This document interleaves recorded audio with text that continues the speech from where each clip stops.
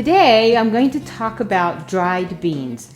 I know this series is mostly about fresh fruits and vegetables, but the dried beans is such an important component of diet that I wanted to include it in the series. So I want to show you some of the variety that you can purchase right down here. We have the small red beans, there's also large red beans. There's navy beans, there's kidney beans, there's black beans, there's lima beans, and these are the baby ones, and there's the mom and daddy ones. And then this is my favorite one, it's called a mixed. Now, when we have these foods, they are very important because they are the first food that was actually preserved. You know, they shelled the beans and they saved them and they dried them. So when you open the bags, they usually come in plastic. Plastic is perforated. It actually does allow things to dry out. So after you've opened a bag, I always put the leftovers into jars. And you know, they just sit on the shelves. If you have quite a few bags of beans, you might want to get a large glass container and put them all in there, in their plastic bags. The thing I like glass things because then I don't forget what I have. So I'm going to show you the basics, and of course I'm going to show you the two easy ways to get the dried beans back to where we can eat them. So I have a cup of the mixed beans, called bean soup it is. And what you first do is I'm going to do about a cup because I want about 4 cups of beans. So you go through and you look to see if you can see any little balls of dirt, if you can see any beans that are kind of mushed up or something, and these look really great. Back in the old days, like not too long ago, you had to really look for the dirt because as the beans get cleaned, the little dirt balls would be made. And then the next thing you do, you need to rinse them off. They have dust on them, so you want to put them in a colander. And then you want to take it to the sink and you want to put the water over it, and then you want to swish your hands around in it to be sure it gets all clean and it's in the colander so the water's going through it and it'll take out most of the dirt.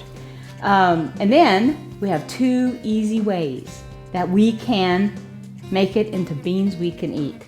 There's one, the easiest way is you bring back your beans and you put them into a pot or a bowl. I like to put mine in a bowl. This is my bean making bowl.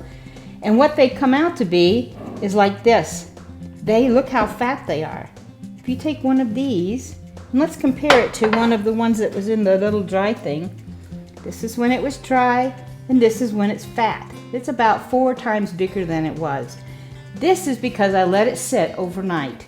After I got them washed, I put them in the container. I added 4 cups of water, I put the lid on, and I let it do its job while I was sleeping. Now, the most frustrating part about dried beans is we forget to put them on the night before, or we don't know that we need to do it the night before. So I'm going to show you the next easiest way. So I bring my beans from the colander, I put that in there, now they're all clean, and then I add about 4 cups of water, and I have to use this pan, because it's the one that fits inside my pressure cooker.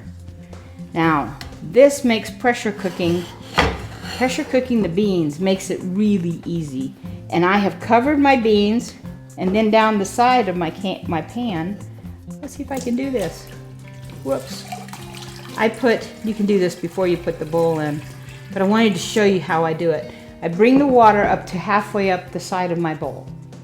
I put that on the flame after I put on the lid. Now this is the reason, to me, this is the reason to buy the pressure cooker, is just to do beans. If I only did it for this, let me see if I can get this on. Here we go. And you lock the lid on with your handles. Now, you put the flame on, or the electricity if you have an electric range. And the bad thing about these is if you have the solid tops stoves, some of those stoves say you cannot use pressure cookers or pressure canners, so be sure and read your directions. But after I let this vent, it'll start venting. I let it vent for 10 minutes. There'll be a bunch of steam coming out. Where did I do my little gadget? Let it vent for about 10 minutes. You put this on, and once it gets up to steam, you cook it about 30 minutes, and your beans are done. After the cooking and the cooling, as you notice my button's gone down, you remove the gadget to be sure that there's no more steam coming out. Then you open the pan, and what you have done in 1 hour is that you have made dried beans into cooked beans, ready to use now as a meal by itself, using your recipes, or to freeze for later. Now, if you don't want the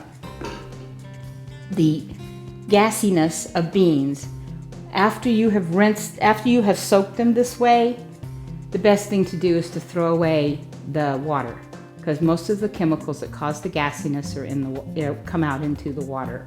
That's one advantage of soaking overnight, and then start with new water while you're cooking. The other thing to remember is if you don't want mushy beans, especially those that you cook a long time, if you don't want them to be mushy, you want to add some sugar. That's the reason why baked beans have sugar in them, is so that they don't get mushy and they still look like beans. Sugar prevents mushiness. Now, if you don't want them to be tough, you don't want to put your acids in. A lot of people add tomatoes. Tomatoes are acid. You don't want to add a lot of salt. You add the salt after you've cooked them. And that keeps your stuff from being tough, and so that you can have tasty beans.